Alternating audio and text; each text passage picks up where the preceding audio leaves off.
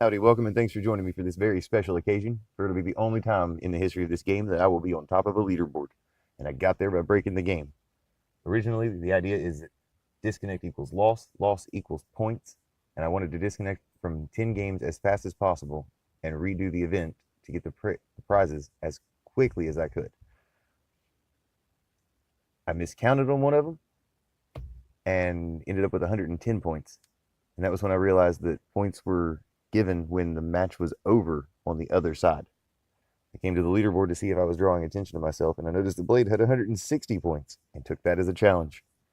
I then went and did another run, disconnected from as many games as I could as fast as possible, and when the score hit 90, I played that game out. And at the end of that game, I got an additional 90 points, putting me at 180. I was okay with that for a bit, and then these other two players ended up with the 180 also. Challenge accepted. So we went and disconnected from as many games as we could without even stopping. And they ended up with the 210. That's how it's done. Disconnect, disconnect, disconnect. You don't get anything extra for doing it.